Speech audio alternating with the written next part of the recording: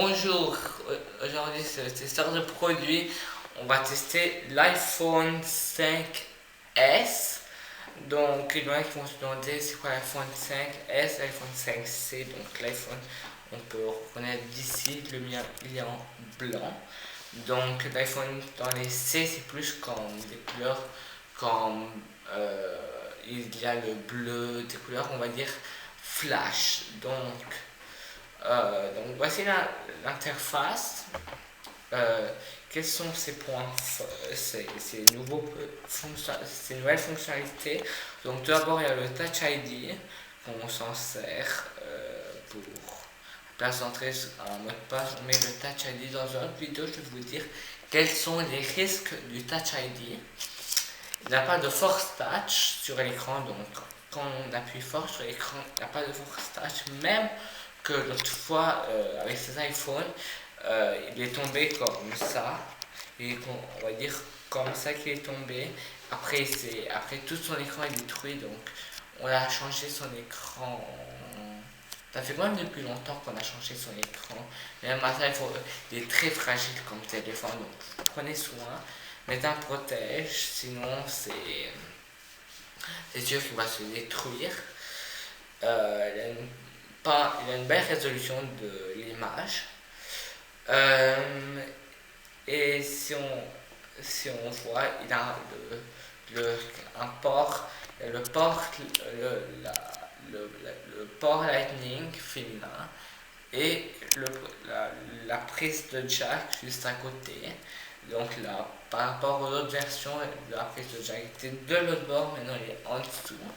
Je ne sais pas si ça vous simplifie la vie ou pas. Personnellement, moi ça ne me simplifie pas trop la vie, parce que généralement quand je mets le téléphone dans la poche, je le mets de cette manière-là, à la place de la faire de l'autre manière. Donc quand on écoute de la musique et qu'on met le téléphone dans la poche, il va nous énerver beaucoup et des trucs du genre. Donc sa batterie, elle ne résiste pas beaucoup, elle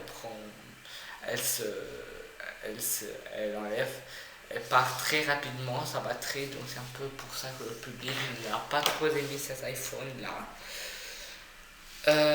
Donc on peut voir qu'il y a des bordures ici en blanc, donc je ne sais pas à quoi ils ont servi ces bordures là en blanc. Je pense que c'est pour le design, mais je ne suis pas très fan de ceci. Donc ici c'est même à ça, ici c'est pour insérer une SIM pour pouvoir téléphoner. Même à ça, ici on peut mettre, ici quand on est en réunion, tout ça on peut couper, quand on a le téléphone, quand quelqu'un nous appelle. Ici le bouton plus fort, moins fort, qui est logique dans tous les appareils. Ici le speaker a changé avec la première génération d'iPad, donc ils ont un peu changé. Celui-là est un peu plus solide, il est en métal.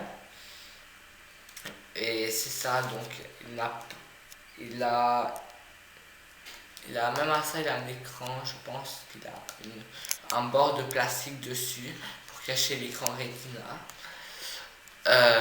Et c'est ça, donc j'espère que c'est la fin de cette vidéo. J'espère que vous aurez aimé cette vidéo.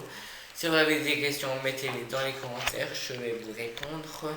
Et si vous avez un produit que vous voulez que je le teste, vous êtes les bienvenus. Donc mon email est dans la description de la vidéo. J'espère que vous aurez aimé et bye pour une nouvelle vidéo.